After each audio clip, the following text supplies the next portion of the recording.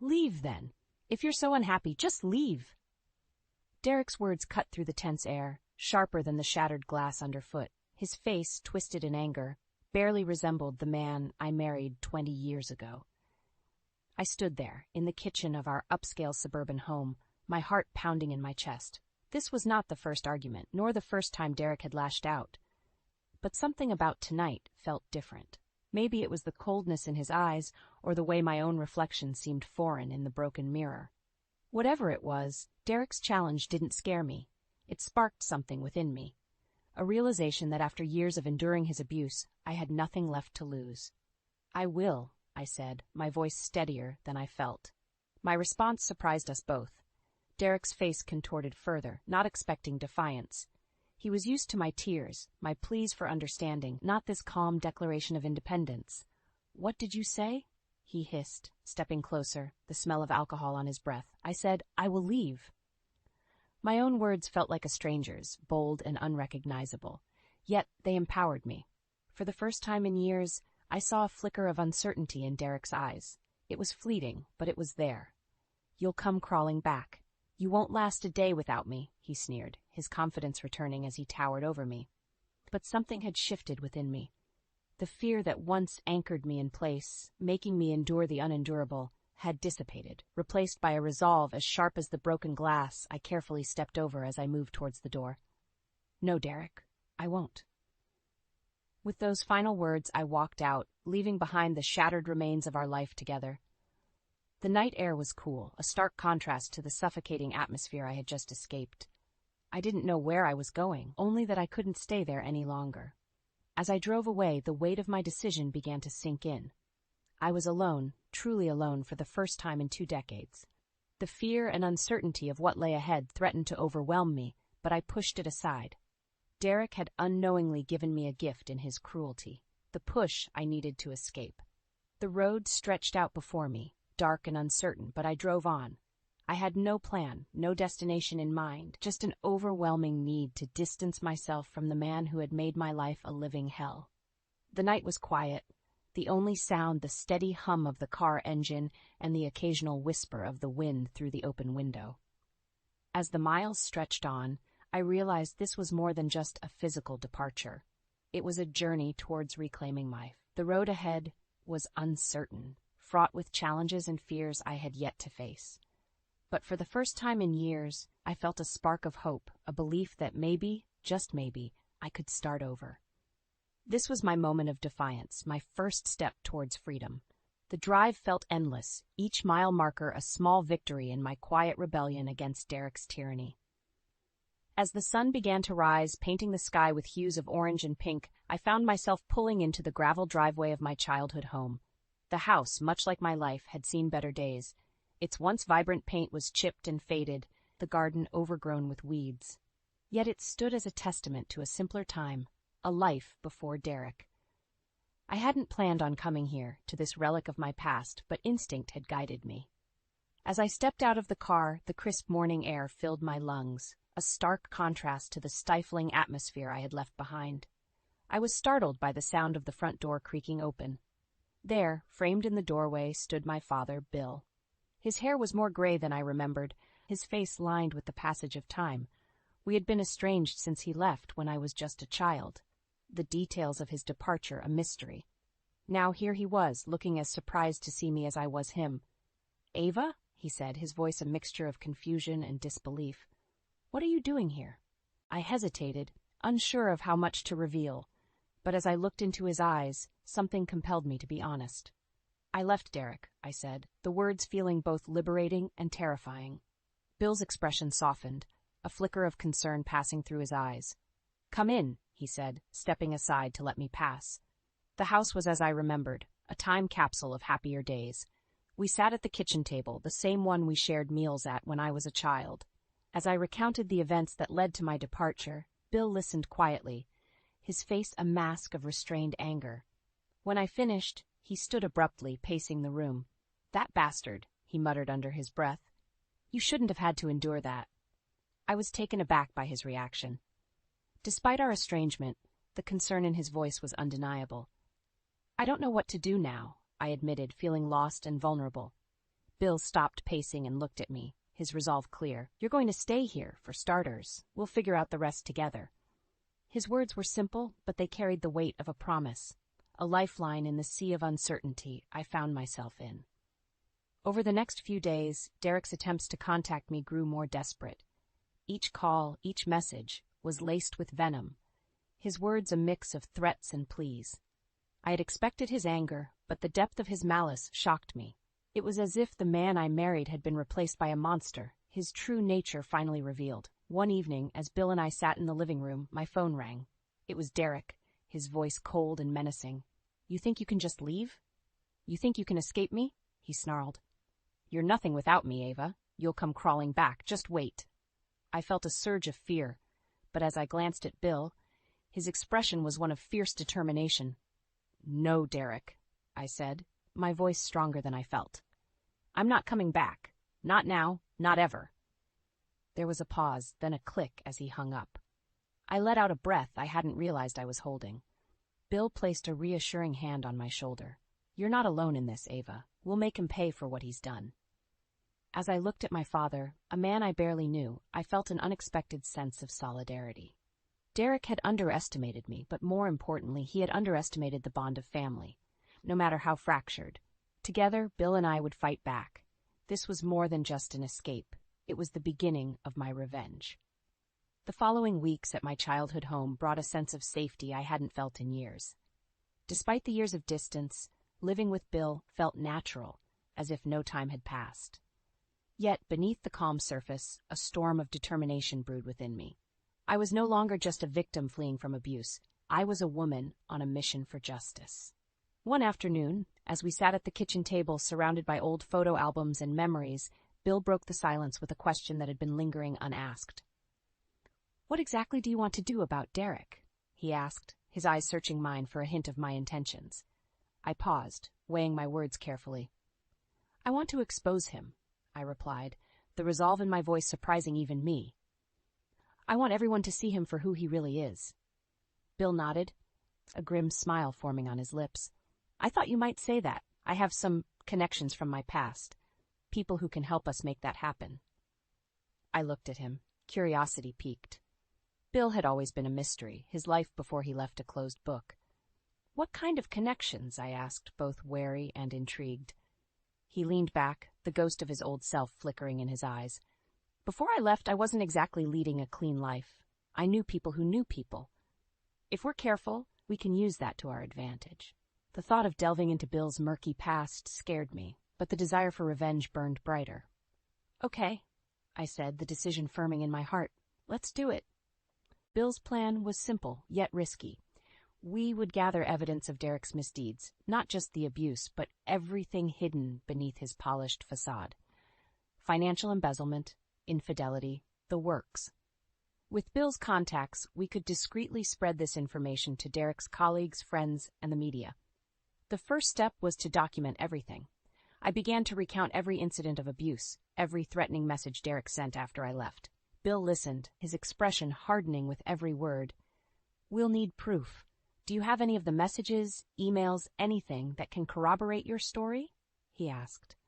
I nodded, pulling out my phone to show him the barrage of texts and voicemails Derek had left. Each message was a knife's edge, but now they were evidence, ammunition in our battle against him. As we sifted through the digital trail of abuse, Bill's phone rang. He answered, his voice low, speaking in hushed tones. When he hung up, his eyes met mine, a spark of victory in them. That was an old friend. He's in. We can start moving forward with the plan. The following days were a blur of activity. Bill's friend, a man with a talent for uncovering hidden truths, became our ally in the shadows. Together we compiled a dossier on Derek, a damning portrait of a man far removed from the upstanding citizen he pretended to be. One evening, as we reviewed our findings, Bill placed a hand on my shoulder. "Are you sure you want to do this? Once we start, there's no going back," he warned, his voice heavy with the weight of our impending actions. I met his gaze, my resolve unwavering. "I've never been more sure of anything," I said. "It's time Derek faced the consequences of his actions." Bill nodded, a silent agreement passing between us. We were no longer just father and daughter.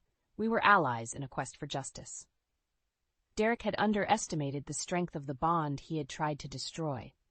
Together we would bring his empire of lies crashing down.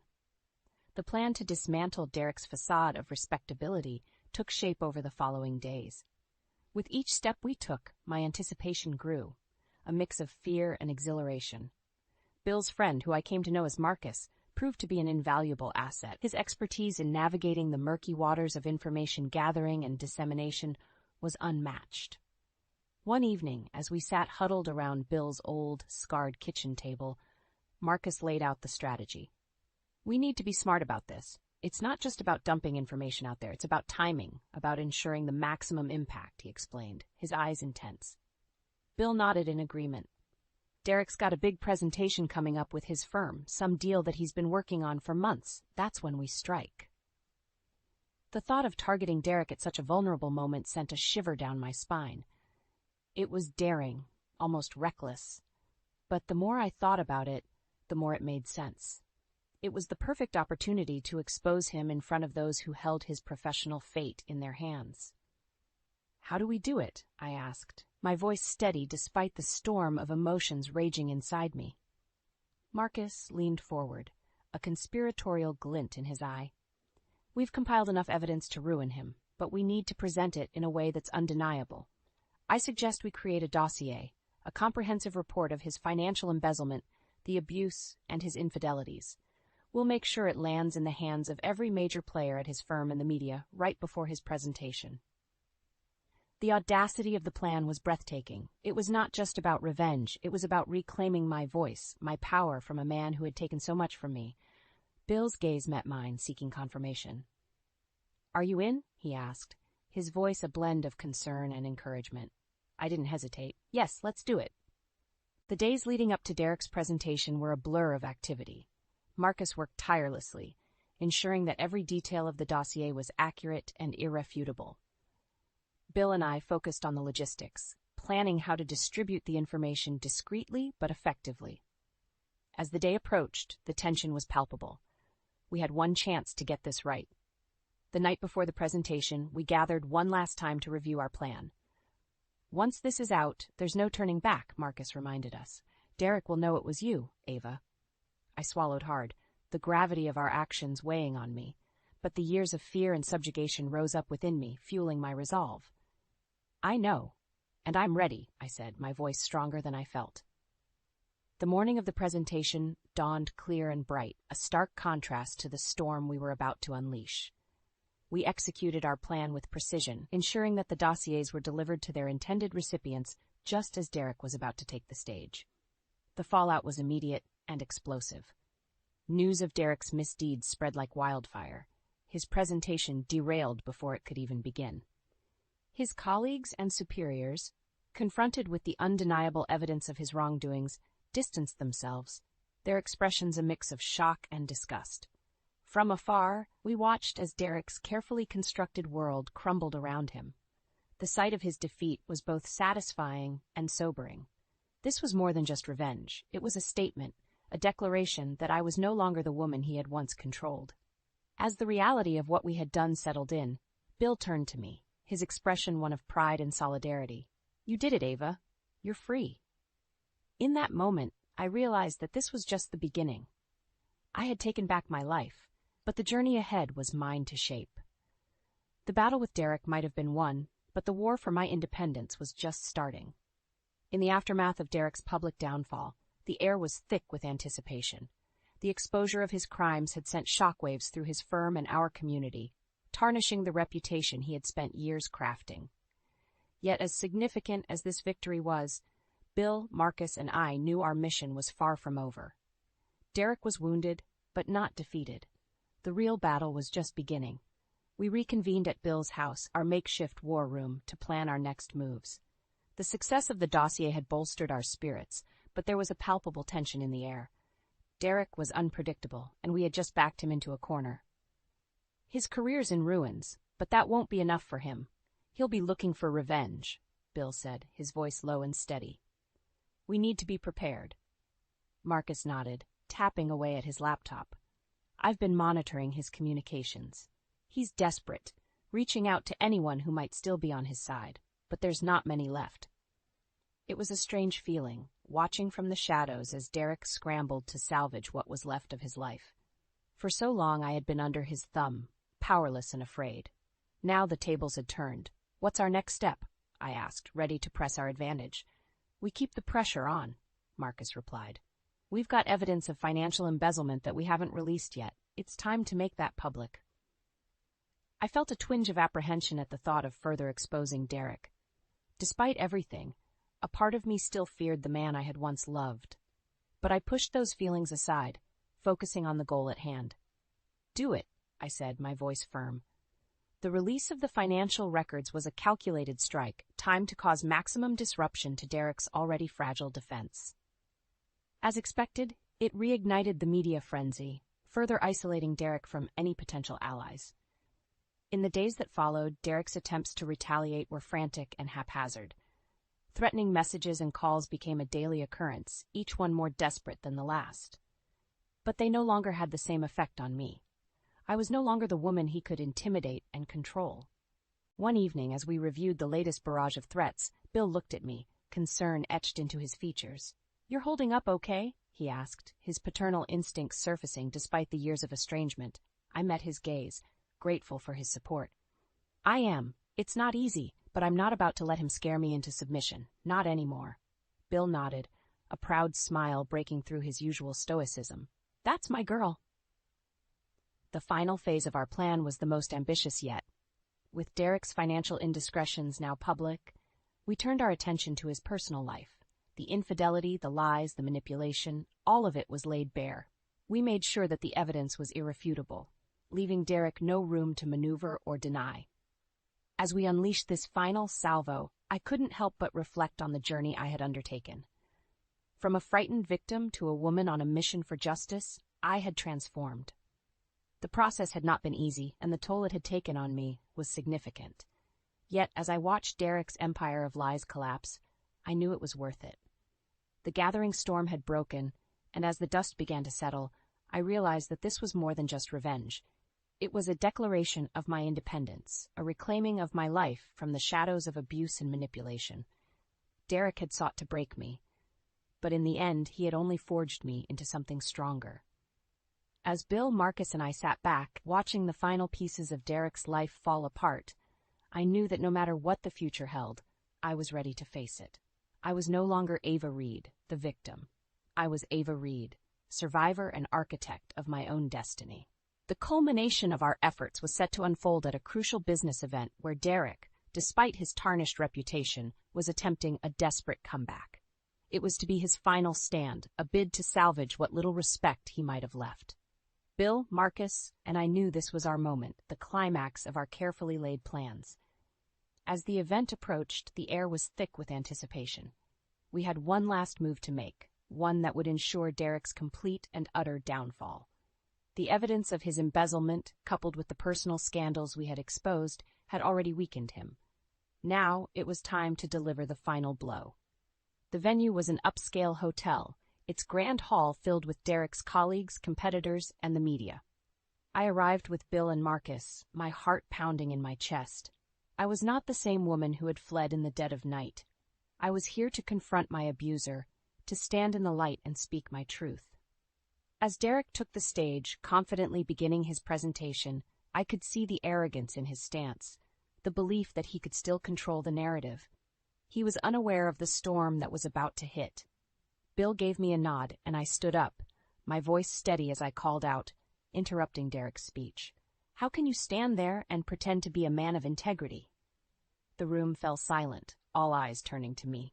Derek's face turned white, then red with rage.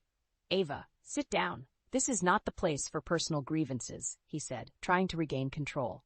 "This is exactly the place," I countered, my voice echoing in the stunned silence. "Everyone here needs to know the truth about you." I proceeded to reveal everything. With Marcus's help, we displayed the evidence on the large screens around the room. Financial records, photographs, emails, the full extent of Derek's deceit and cruelty was laid bare for all to see. The reaction was immediate.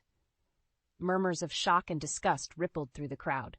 Derek attempted to deny the accusations, to dismiss me as a spiteful ex-wife, but the evidence was irrefutable. You can't possibly believe this.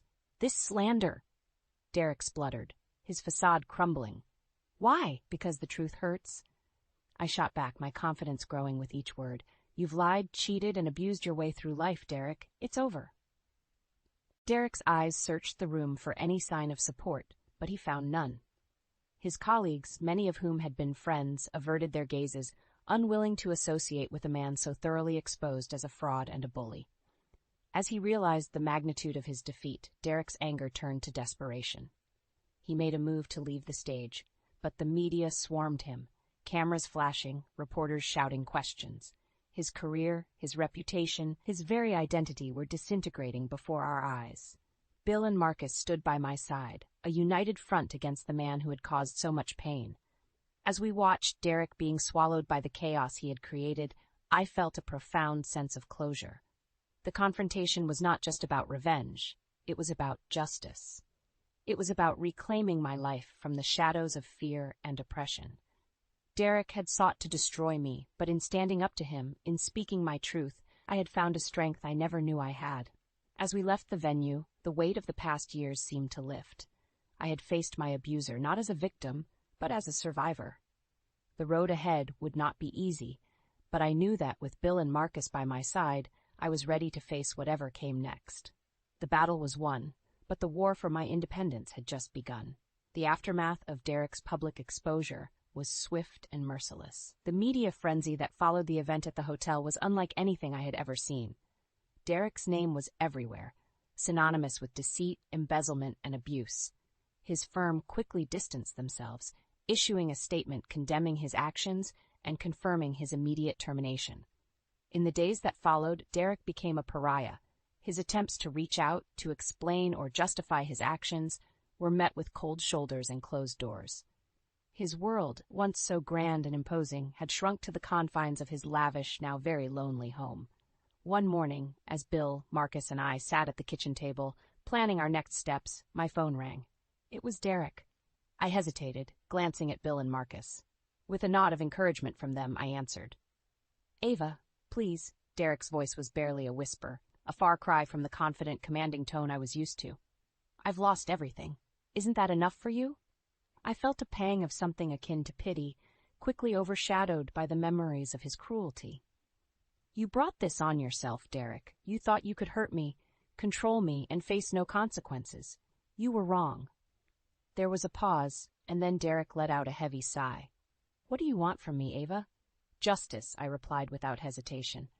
"I want you to face the consequences of your actions. The legal proceedings for the embezzlement charges are just the beginning." Derek was silent for a moment. "I'll lose everything," he said, a note of realization in his voice. "You should have thought of that before," I said, and then, with a sense of finality, I ended the call. The legal battle that ensued was intense. Derek's attempts to defend himself against the embezzlement charges were feeble at best. With the evidence stacked against him, it was only a matter of time before the court found him guilty. The sentence was harsh but fair, reflecting the severity of his crimes. But it wasn't just the financial crimes that were brought to light. The abuse I had suffered, the years of torment and fear, were now part of the public record.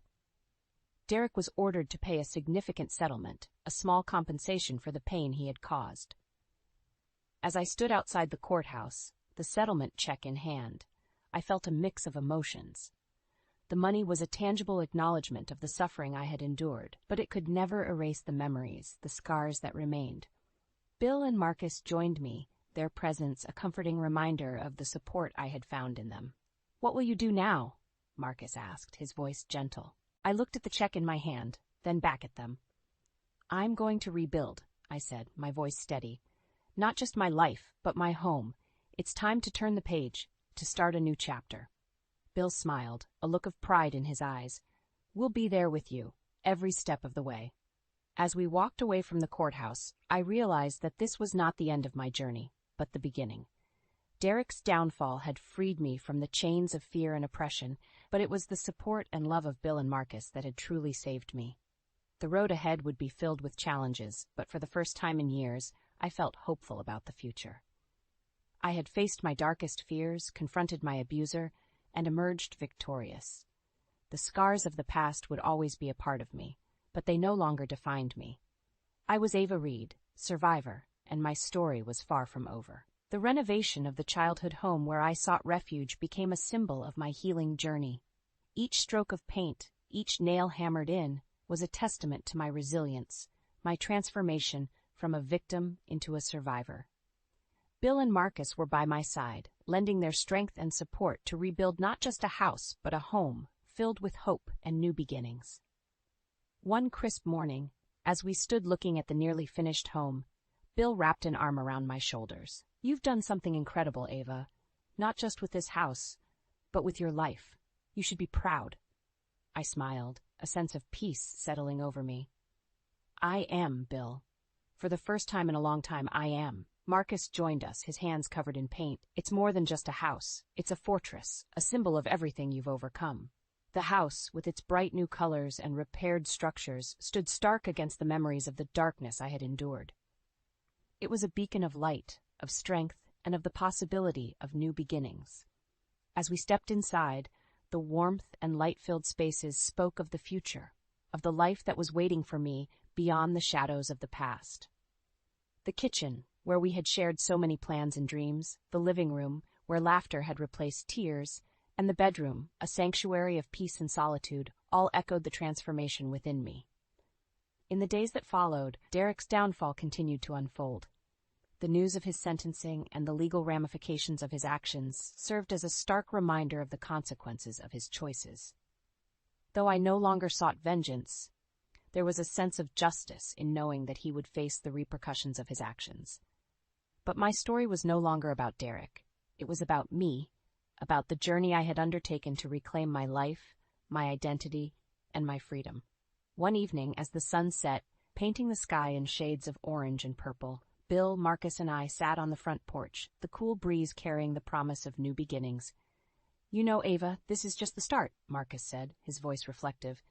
"You've got a whole new life ahead of you." I nodded, the reality of his words sinking in. "I know, and I'm ready for it, for whatever comes next."